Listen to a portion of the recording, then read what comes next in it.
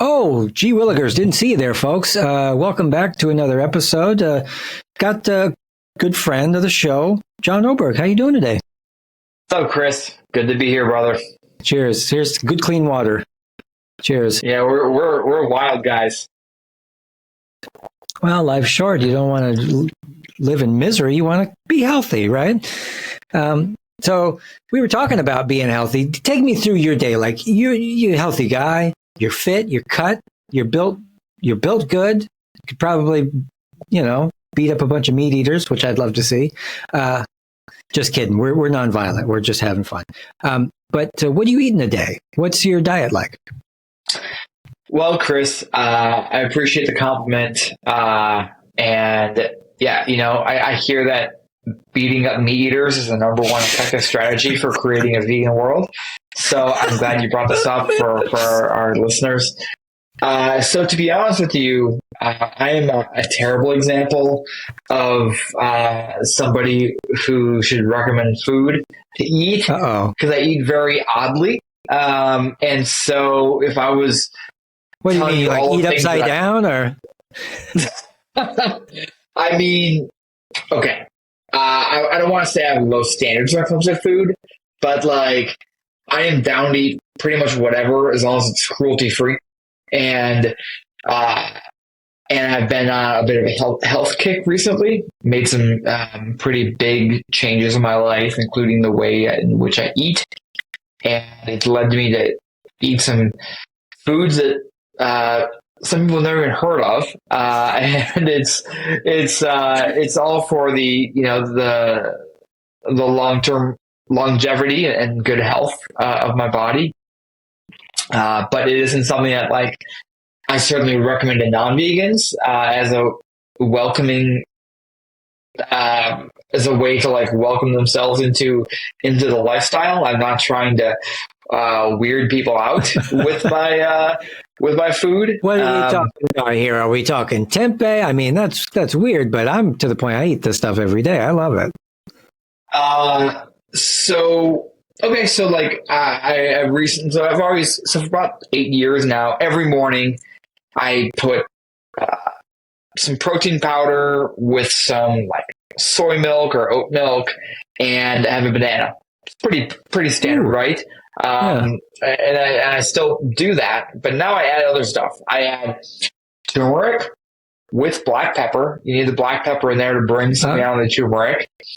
And keep in mind, I'm not a health expert, so take what I'm saying with a grain of salt. Well, I've seen that turmeric. I'll totally, yeah. I've heard that. We do a lot of turmeric around this house. It's good. It's good for you. I'm also throwing in ashwagandha powder.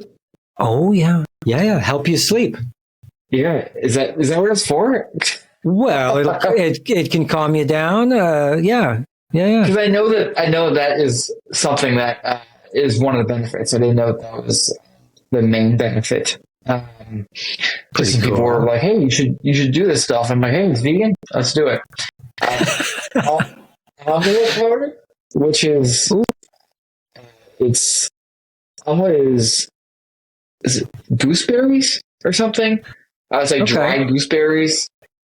Some acai powder, of course, and I think that's it. That's I got this little shake, this little blender, this mini blender. I just put it all in there, pop button on, and I start drinking it out of it. It's the best way to start my day. And so it's taking my smoothie game to the next level. Wow! Having this little blender, and that's how I start my day. How's the flavor? It's weird. Because I've got that turmeric in there. The turmeric throws it for a curveball, but I actually, I like the weirdness. Sure, I think it's pretty good. I gotta watch out for you if I come over to your house for dinner. I don't know what I'm going to end up getting there. Yeah. I don't know if I'm any. I don't know.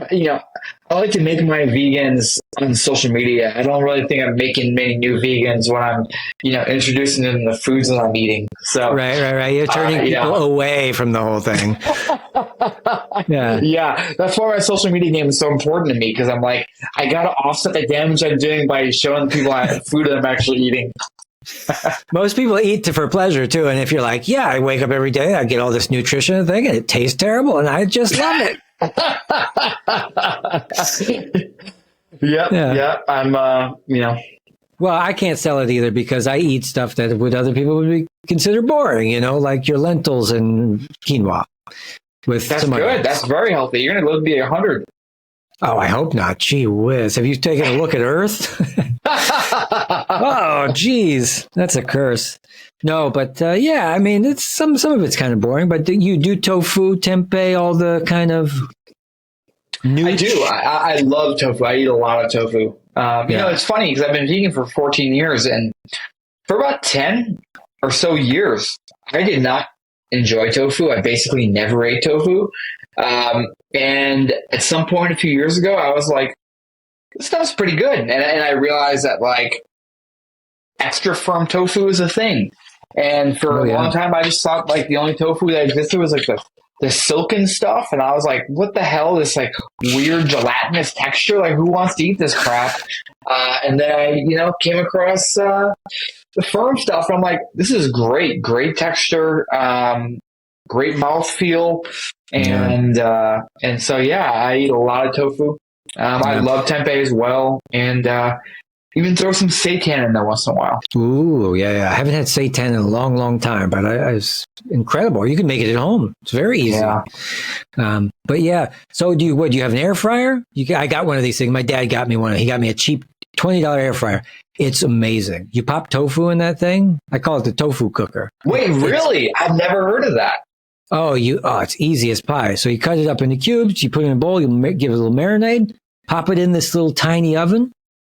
That's what it is. They call it air fryer. It's not an air fryer. It's a tiny oven.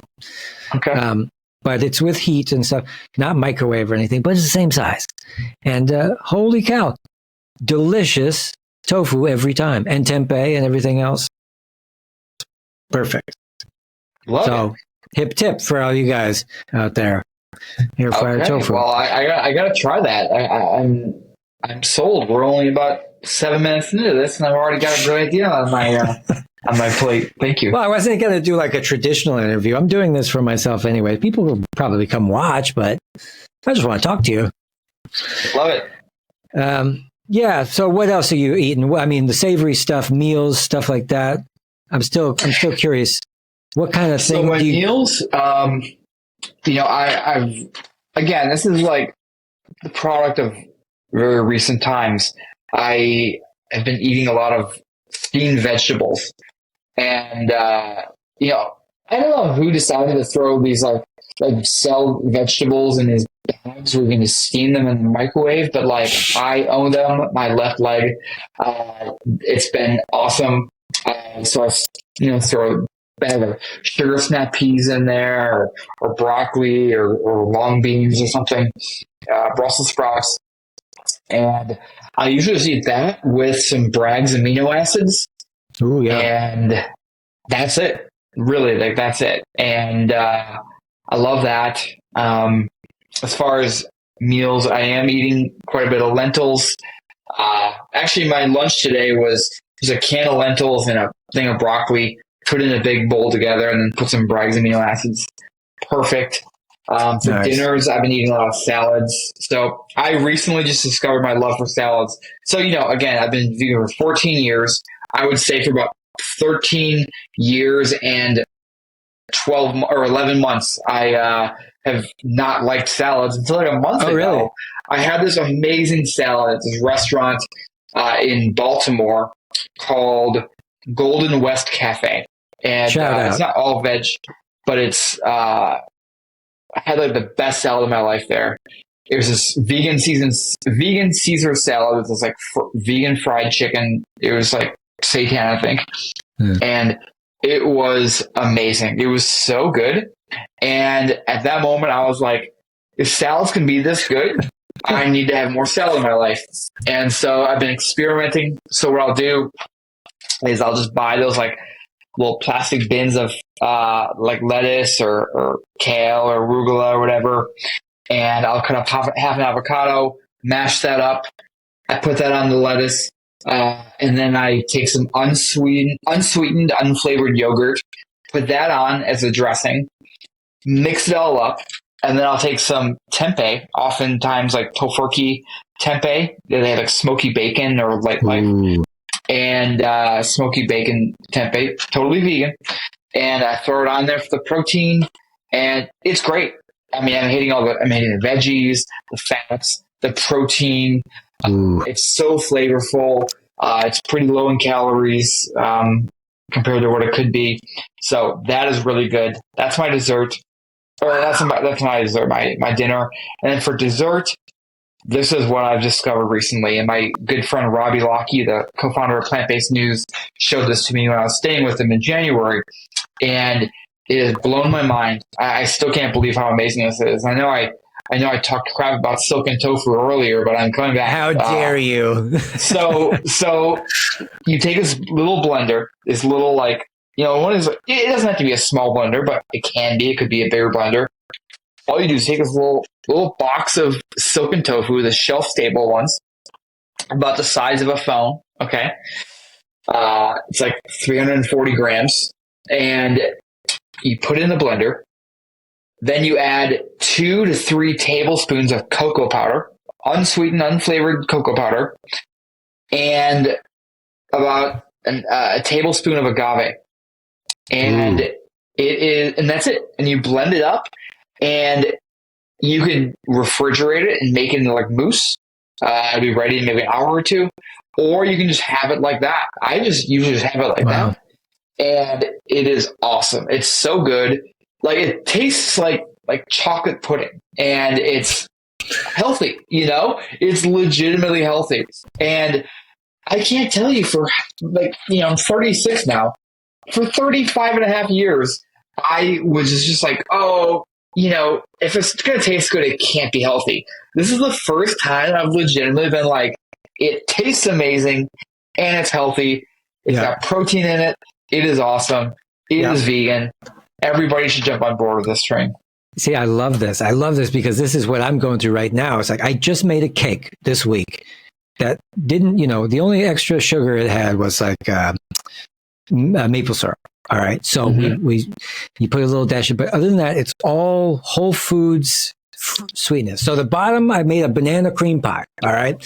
And then on the bottom, it had a kind of a date and walnut crust. So it's all mixed up. You just take some dates, walnuts, throw them together, mix them up. Boom, you got a crust. And then you throw in your silken tofu, bananas, all right, vanilla, what else did I put in there? And like some coconut flakes. And you throw them in a little thing, mix it up. Then I'm going through the whole thing. You take a saucepan, all right, and then you heat up a little maple syrup and maybe a little water, and then you put a little agar powder in there, which is the vegan gelatin for everybody that doesn't know. It'll stiffen everything up for you. Yada, yada, yada. You put it into the silken tofu banana thing, and then pour it, sit in the freezer. Oh my God, it's like cheesecake. It's crazy. Oh, dude, this is problematic because it's 2:15 p.m. in the afternoon here where I am. And after this conversation, I'm going to have to my dinner. I can't wait until like 6 or 7 o'clock. Then it's your fault, Chris. So thank you for that. That sounds so good. Well, we're here to spread the word and make everything sound enticing. Like, I'm already hungry. I want tempeh and... This is why you're lifting weights now, right? Is because you just want to be able to eat that cheesecake whenever you want. Pretty much, or be able to process it without getting like a headache or feeling like crap. But so what, I got to ask you, when did you start working out? Because like you've been vegan for 14 years. When you started pumping iron for years, so, you look buff. Thank you. I didn't wear the right outfit to be able to show any physique, but next time, I've got this heavy sweater on. So I started. All right, long story here. So we can.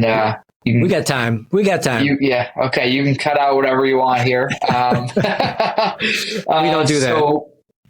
Okay, good. So sorry for the listeners having to hear the whole story here. So essentially, I recognized, like, I don't know, short after going vegan, that I wanted to lift weights and I wanted to improve my physique.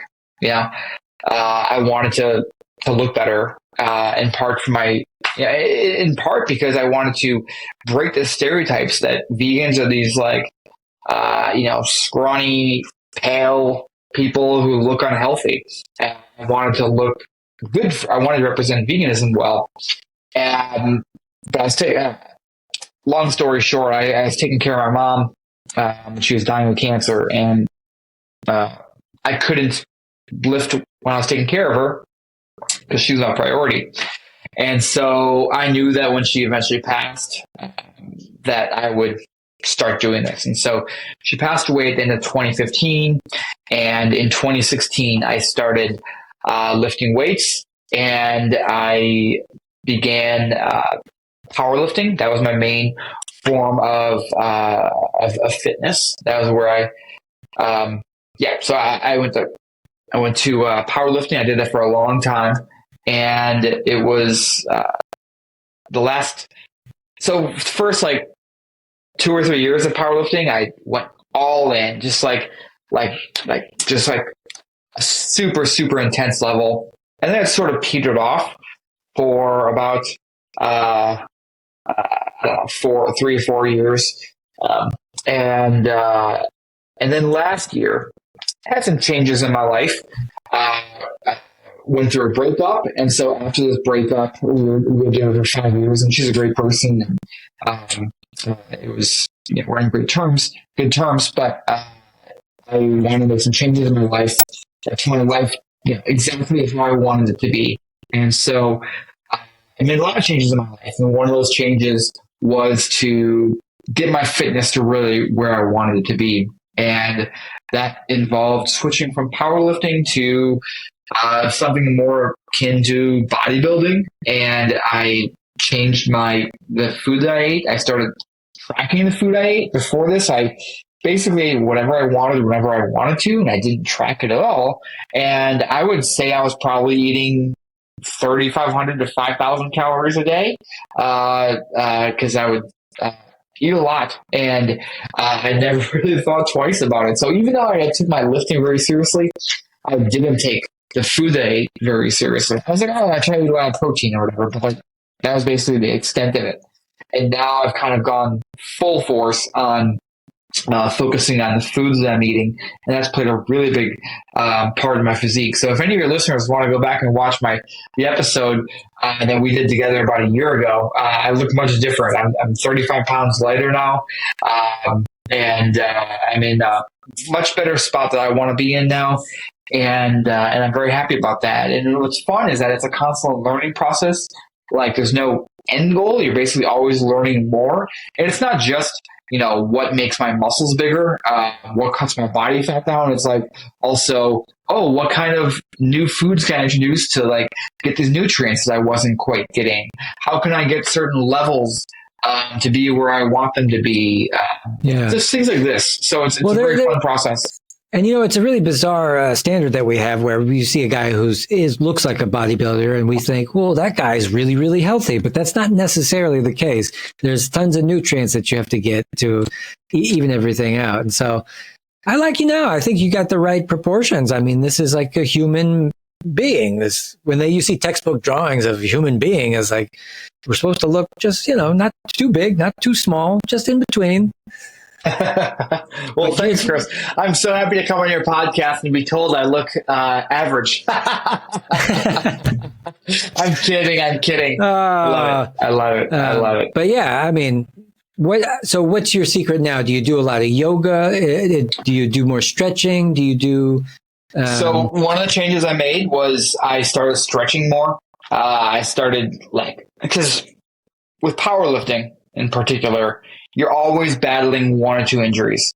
Oh man, my ankle hurts, or my knees hurt, or my shoulder blades hurt. Like, you're always battling these injuries, and I got sick of battling injuries. So that's one reason I switched to bodybuilding, and I've taken my stretching much more seriously, and that's been great. I don't do yoga.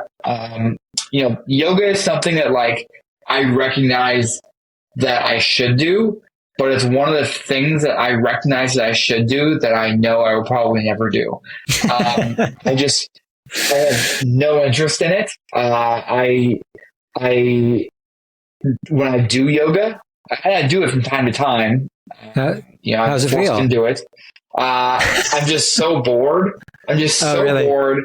I feel like okay, this is good for me, but like not in the same way that like other things that feel good for me Yeah. make me feel Like, after. It's like, well, like you like doing cardio. You do cardio too, I guess.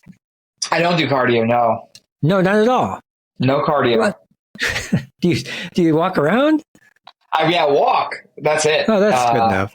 I do play soccer. But that's like, that's cardio. yeah, but like it's, I travel a lot, so I'm traveling and not playing soccer. I injured my knee 2 months ago, so I haven't played soccer in 2 months. So yeah, we'll get you back into shape here. We'll get you some cardio. Yeah, thank you. Well, that's all on this romantic podcast to get my cardio. Like I know anything. Like I just started working out, but I do recommend it for everybody because it's really been quite the journey. And they said something like 150 minutes to 300 minutes a week, and so I'm trying to get somewhere in there, which is about. My goal is 10,000 steps a day. See, I think that counts. I think that's totally fine. You can walk a long ways and get plenty of cardio. And you know what? I did this a couple of weeks ago in the morning before I went to watch my friend's soccer game, and it was so fun. It was so nice. Get the fresh air. It's healthy. It's good for your heart. It's really good. I will never run. So I will never, I sprint on the soccer field. I enjoy that. But like, as far as like just casually jogging, like as an exercise, I'm never going to do that. And what's interesting is that like, as you get a little older, so I'm 36, you realize that moving forward in life, there's going to be some things that I do and become part of my life. Some things I'm not going to do. So I know that I'm never going to do yoga, like voluntarily. And I know I'm never going to run voluntarily outside of the soccer field. And I may do like a 5-minute jog as part of a warm up for my regular routine, but that's okay. And so I just know the things I'm going to focus my energy on, and yeah, that's fun. It takes pressure off because I'm somebody who's always often feeling the sense of like FOMO, whether it's like people hanging out and having fun time, or it's like, hey, there's this thing that is really healthy and good for you and brings you joy, and I should be doing that. But like, I've come to not have as much FOMO in that capacity. Well, that's the thing, man. Is we're at the age now where you know what you like, and you're not going to negotiate anymore with anybody else about what you like. Yeah, I have my values. Stay stuck in their ways. Yeah, in some ways, but then you try to be open-minded. Like if new things pop up, and say, okay, I'll approach this with an open mind. But when it comes to stuff I'm going to do, hey man, I'm not going to the circus, and I'm not going to go, ride a roller coaster. So don't ask me. Yeah. I'm not going to ever do anything that causes. I'm not going to do anything that harms animals. That's for sure. Well, that's the whole point, right? Go vegan, everybody. That's why we came here today. That's why we're talking. And I'm trying to give everybody a day in the life of a vegan. So if there's enough testimonials out there, people will listen to the story and say, well, he eats this. He works out this much. He seems like a nice guy. Oh, fuck, I'll give it a try, I think that if there was 10,000 testimonials from vegans like you and from me and say, look, I'm perfectly fine, not dead yet, dead inside, it's different. But we're doing good. So when you went on Glenn Greenwald's podcast, how was that? It was good. So Glenn is awesome. He has followed me on Twitter for a long time. We've followed each other on Twitter for about 5 years or so. And he has retweeted me probably 20, 25 times over the last 5 years. And so he's a vegan himself and a big animal lover. He's got an animal sanctuary in Brazil. and really, really great guy in terms of his love for animals and his support of my work. It's been huge. When I've posted about needing donations to support my work, he's retweeted me. Totally unnecessary for him to do it, and he's done it. I've gotten some donors as a result of that. So to have his endorsement means a lot. And he's donated to support my work, which just makes me so happy. So given all this, I went into the episode knowing that he likes me and he supports my work and he's doing good work. So it wasn't like I was afraid he was going to tear me apart. But yeah, the interview I thought went really well. I was really amazed at the level of depth in which he went into animal agriculture and factory farming and slaughterhouses and the cruelty these animals endure. So if any of your listeners are interested in hearing what one of the world's most renowned journalists, Glenn Greenwald, thinks about animal agriculture, please check out the episode. It's on Rumble. Yeah. So God, he's got 300 dogs or something. 300, 500. He's got just a boatload of dogs down there in Brazil. He has an animal sanctuary, yeah. And, there is a big need. I was in Brazil in November and December of this last year, and, I saw a lot of stray animals who needed homes. And, I know the animal agriculture, causes a lot of suffering to the animals there, just as it does across the world. So, yeah, Brazil, like many other places, has lots of animals that need our help. And in fact, there's not a country in the world that doesn't have animals who need our help. And luckily, the way that each one of us can help animals, if not adopting 300 dogs, it's through our food choices every single day, and what we choose to put on our plate and choose not to put on our plate. Yeah. It took me a long time to really see the light, but ultimately I feel stupider for not having done it sooner and not have the access to the information to say, it's totally possible. Here's a community, But the truth is, it's so easy, isn't it? Isn't it easy?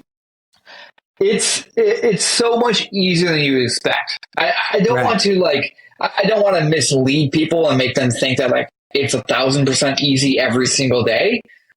Yes, I mean, following the status quo is a little bit easier, but it's not that. I would say it's about 5 to 10% as difficult as you think it's going to be. Okay, honestly, for anybody who's listening to this who isn't vegan, so if you want to continue eating fast food, you can't. Your options are a little bit more limited. You can't, you're not necessarily going to find a great meal at McDonald's, but you'll find something at Taco Bell or at Burger King. Sometimes you're at social events and hang out with friends, and they're not all vegans, or maybe none of them are vegan. And so it might be a little more difficult to find options. But I promise you, it is so much easier than you think it's going to be. And when I went vegan, I was like, well, let's see how this goes. And I was pretty sure that within 2 or 3 weeks, I was going to throw in the towel. Almost 15 years later, I'm still doing it, and I will never change. And it's much easier than you'd think. So my recommendation, because I truly feel like change isn't that difficult. What's difficult is getting the courage to make that change. So my recommendation to you is to not just build up this thing and be like, I want to do it one day, and say that for 10 years and then finally do it. Just effing do it. Yeah. Okay. Challenge yourself now. Starting today, starting after you listen to this podcast, go the next month not eating animals. Just go vegetarian for a month. See how that goes. See how you feel. At the end of the month, if you feel horrible, then, consider your options. But I promise you, you're not going to feel horrible. You're going to feel pretty good. Both physically, you're going to feel better, not feeling so much weight inside you, feeling this I don't know, this heaviness that comes with eating animals. But more importantly, you're going to feel better emotionally, socially. You're going to feel better knowing you're not contributing to this horrible stuff that's happening to animals that almost nobody would pay for themselves. They would never pay a person to do this if they had to watch what happened to the animal right in front of them. Right. So just give it a shot and see how you feel and continue from there. Yeah. And people will, for me, it's like also do the whole food plant-based thing too, because then at least you'll actually physically feel good. Don't go for the fast food, but if you need the Impossible Burger to wean yourself off like some kind of methadone, do it. I did the same thing. I said, well, I have to have a burger, honey. And so you can do an Impossible Burger, but after a while, it's good to do what me and John are doing. Eat your ashwagandha. Eat your shake in the morning that tastes like tree bark. I do the same thing. I eat oatmeal that would, be unusual to some people, but still, it's so packed full of nutrients and it's so, whole foods. It's not processed anything.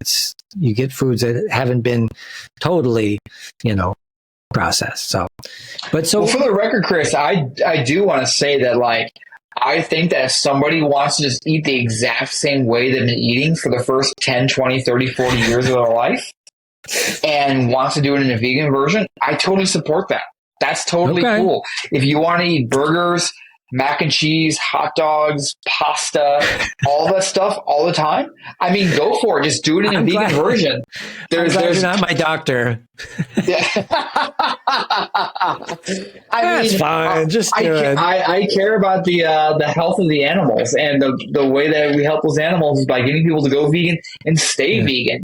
Right. And by giving people the foods that they're used to, it is much easier. It took me. Them. It is much, for them. I've been vegan for almost 15 years, so now I'm at a point where I'm like, okay, I want to dive into the healthier stuff. But for 14 and a half years, I was eating, a lot of vegan junk food, and I felt fine doing that. Do I feel a little bit better, healthier now? But yes, I do. But I still felt better in those 14 and a half years than I did prior to that, because I knew I wasn't hurting animals. Yeah. And that's the real point too. Above everything, go take a look at some slaughterhouse footage and then realize that people like us are existing happily without it. And yes, you can have any number of things. And these restaurants are coming out with new things all the time that are delicious and vegan and, and French fries. French fries have always been vegan. So nobody had to die. Nobody screamed bloody murder. Thank God for the potato. Thank God for the potato. And so, but you also get to visit. I noticed you're going and visiting piggies and stuff on farms. How do you get access to go to a place so wonderful that you can go and actually hang out with animals so often? Well, these are farm sanctuaries, Chris. These are not farms.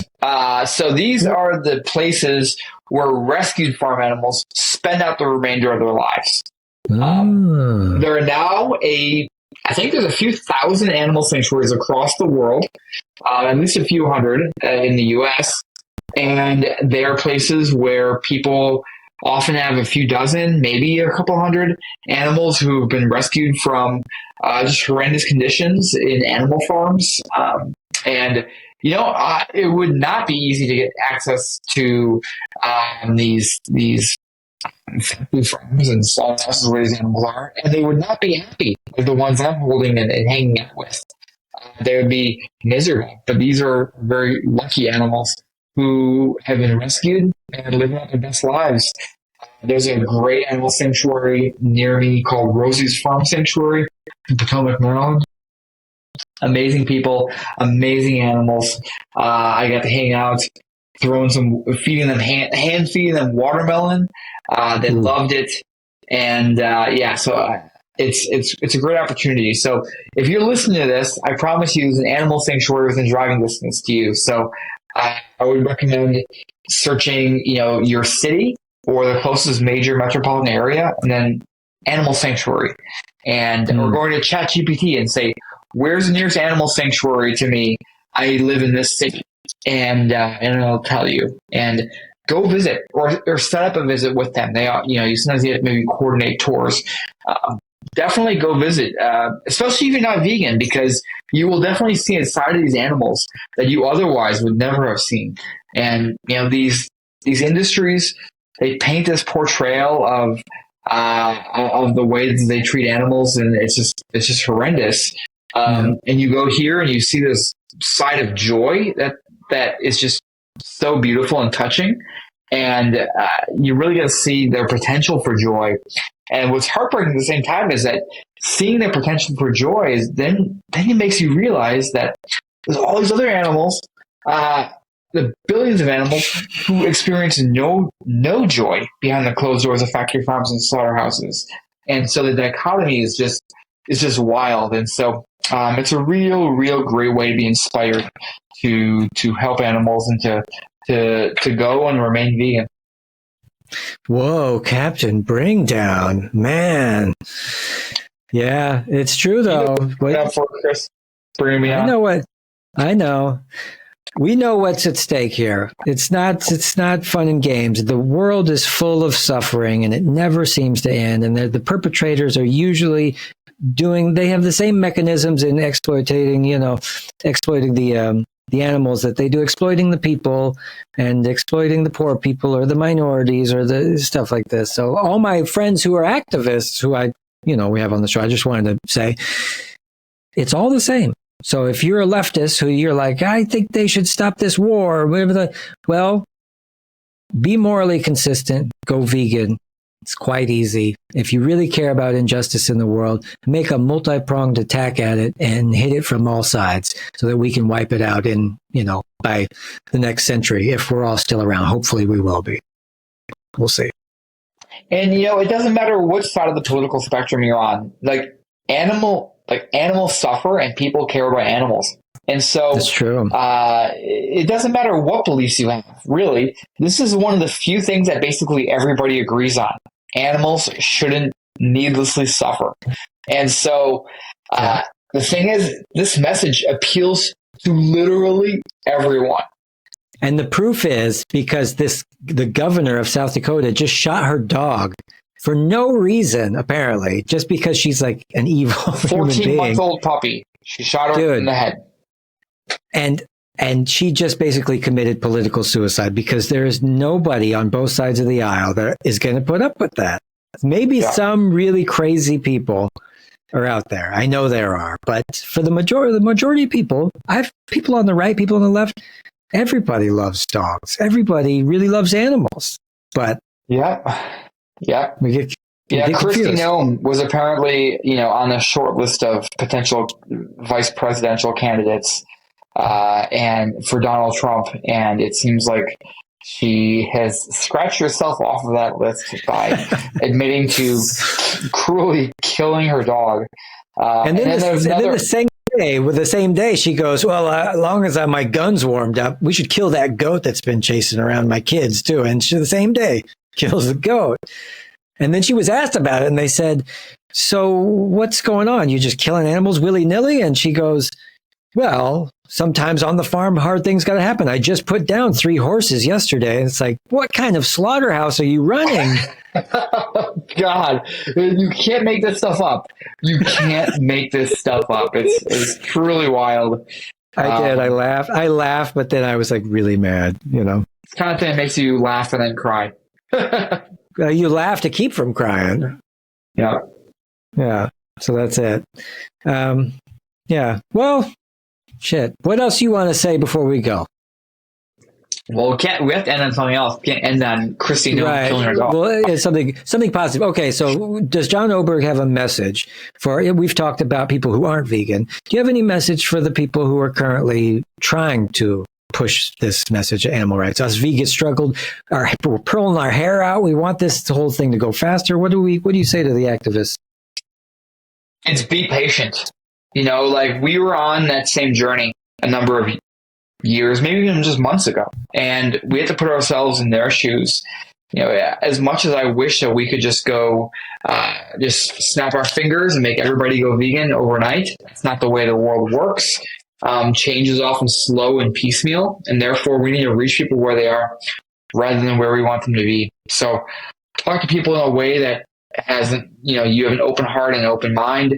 Reach out to their heart and mind, and don't look at it as you win a debate with them, win an argument with them. That's not going to matter. All that matters is at the end of the day, are they going to feel closer to be making choices that are better for animals? That's all that matters. Yeah. And and that really involves sometimes biting our tongue, and it really involves reaching people with compassion and kindness.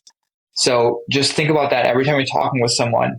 Like, am I speaking in a way that is going to truly open their heart and open their mind to creating a better world for animals? So you're saying my strategy of going up to people outside of restaurants that are eating meat and slapping it out of their hands, and that's not going to work, is it? Yeah, exactly. Lifting the curtain here, Chris told me before this interview started that he started lifting weights because he wants to more easily slap burgers out of people's hands. And I said that, Chris, you got to rethink your strategy here. This isn't the best thing for animals. And it took a lot of persuasion, but I think he's come around. So.